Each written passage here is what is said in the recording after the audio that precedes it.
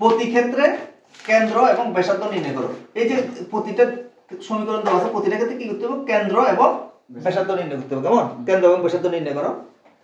প্রথম 6 নম্বর সমীকরণ কি আছে? x + 5 whole square plus y - 3 whole square equal to 36।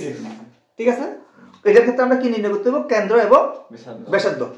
তাহলে দেখো এটার ক্ষেত্রে কোন সূত্র হবে আমরা অঙ্কটা দেখে তারপরে বুঝতে হবে। কেমন? এই যে সমীকরণটা আছে এটা কার মতো? আমরা কি বৃত্তের তিনটা সমীকরণ জানি? বৃত্তের কয়টা সমীকরণ জানি? তিনটা। এক নম্বর সমীকরণ আমাদের জানা আছে কি? x - h whole square plus y - k whole square equal to r square. এটার ক্ষেত্রে কেন্দ্র কি ছিল? এই সমীকরণের ক্ষেত্রে কেন্দ্র কত? h, k। এটা হলো কেন্দ্র। তো h, k। আর এটা কি? আরটা কি? ব্যাসার্ধ। আর ছিল ব্যাসার্ধ। তাহলে দেখো এই সমীকরণটা হুবহু এটার মতো দেখতে না? এই যে x + 5 হোল স্কয়ার যেখানে x - h whole square plus এই যে প্লাস y - 3 হোল স্কয়ার, এখানে আছে কত? y - k whole square equal to কত আছে? 36।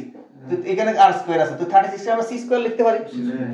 এই সূত্রটার সঙ্গে আমরা এটাকে তুলনা করব, তাহলে আমরা কেন্দ্র পাওয়া যাবে আর একটা কি পাওয়া যাবে? ব্যাসার্ধ পাওয়া যাবে। তাহলে এটার মতো আমরা এটা লিখি। 6 নাম্বারটা লিখতেছি। 6 নাম্বার কি লিখতেছি আমরা এখানে? x + 5 whole square plus y - 3 whole square equal to এটাকে কত আছে? 36 আছে না? তো 36 কে আমরা লিখব হলো কত? 6 স্কয়ার। বুঝা গেছে তো? 6 স্কয়ার মানে কি? 36। তাহলে দেখো এখানে কেন্দ্র কত? তাহলে সুতরাং কেন্দ্র কত হইব? কত আছে? h মানে এখানে কত? -5। এখানে তো মাইনাস আছে তো, এটা হলো কেন্দ্রটা কত হইব? -5 কমা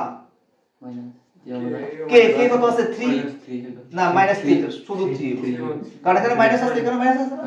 কেন্দ্র হইব কত? -5, 3। আচ্ছা, এবার ব্যাসার্ধ কত হইব? কত দেখি? 6। ব্যাসার্ধ হইব কত? 6। এটা সূত্র এখানে দিছে কেন্দ্র এবং ব্যাসার্ধ নির্ণয় করো। এটার ক্ষেত্রেও কেন্দ্র নির্ণয় করতে হবে আর একটা ব্যাসার্ধ নির্ণয় করতে হবে। কেমন?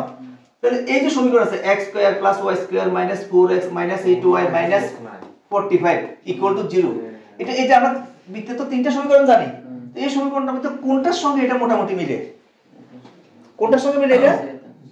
এটার সঙ্গে মিলে।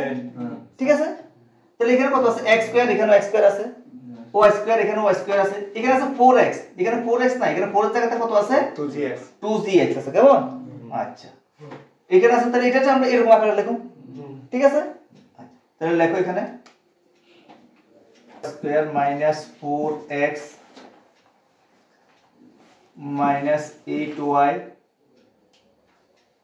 Minus 45 equal to 0। কেমন? তাহলে এই সমীকরণটাকে আমরা বৃত্তের যে সাধারণ সমীকরণ এই সমীকরণের সঙ্গে তুলনা করি। কেমন?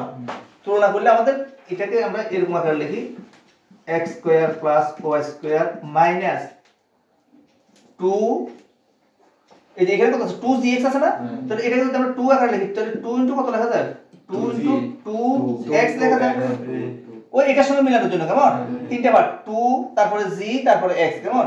x তো আছে, তারপর 2 তো লিখতাম, তাহলে এটাকে কত গুণ করলে 2 হইব? একটা 2 মাইনাস এটাও সেম ভাবে লিখুন 2 তাহলে 4y মাইনাস 45 এটা হলো c আর কি। কেমন?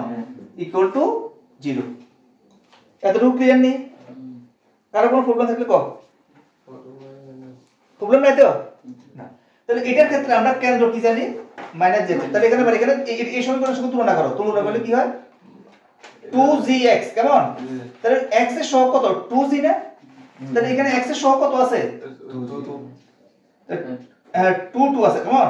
আচ্ছা, আমরা যেহেতু এখানে x এর সহগ, তাহলে এখানে কত হবে? তাহলে g এর মান কত হবে? কত দেখি এখানে? 2 হবে। g এর মান কত হবে? 2 হবে, কারণ এদিকে 2টা এদিকে 2টা বাদ যাবে তো, x x বাদ যাবে, তাহলে এখানে কত হলো? 2 হলো না? তাহলে এখানে সুতরাং এখান থেকে আমরা কত পাই? g ইকুয়াল টু হলো -2 না 2 কত পাবো এখানে? g ইকুয়াল টু কত পাবো? -2। সেম ভাবে f -4 f ইকুয়াল কত পাবো? -4। আচ্ছা, তাহলে এখন আমরা কেন্দ্র কিন্তু এখনো বাড়িছে না। কেমন?